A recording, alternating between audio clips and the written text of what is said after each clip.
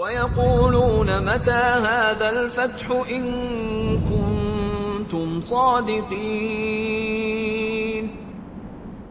Wanita muslimah dimanapun Anda berada, ketika kita mengetahui ternyata praktek ibadah kita itu selama ini salah dan keliru, apa yang harus kita lakukan? Yang pertama, setelah kita mengetahui bahwa kita salah, maka tentunya kita merubah pola praktek ibadah yang selama ini kita lakukan menuju pola praktek ibadah yang benar, sambil mohon ampun kepada Allah Subhanahu wa taala, bertaubat agar Allah tetap menerima ibadah kita yang sudah dilakukan di masa-masa yang lalu. Kita tetap berdoa supaya ibadah kita diterima, walaupun kita sadari kesalahannya baru sekarang, padahal itu sudah bertahun-tahun. Karena sesuatu yang tidak kita ketahui, karena kejahilan, Allah Maha memaafkan hal itu.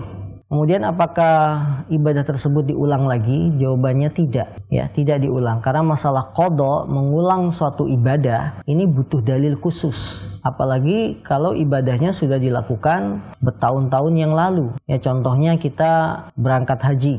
Berangkat hajinya sudah 15 tahun yang lalu. Kemudian kita pengen ulang sekarang, ya, susah. Karena ini sudah bertahun-tahun. Apakah kita qadha haji kita? Tidak. Minta ampun pada Allah dan berdoa agar Allah menjadikan haji yang sudah kita lakukan 15 tahun lalu diterima di sisi Allah, walaupun dengan berbagai kekurangan. Ya, karena Allah itu Maha Penyayang, Allah Maha Pengasih, maka kita berdoa. Puasa kita, masa-masa gadis SMA kita nakal, puasanya sering bolong tanpa sebab, bukan karena haid, bukan karena nifas, ya. Tanpa sebab kita tidak puasa. Dan itu dilakukan masa SMA, sekarang sudah 35 tahun, jadi sudah 20 tahun yang lalu misalkan.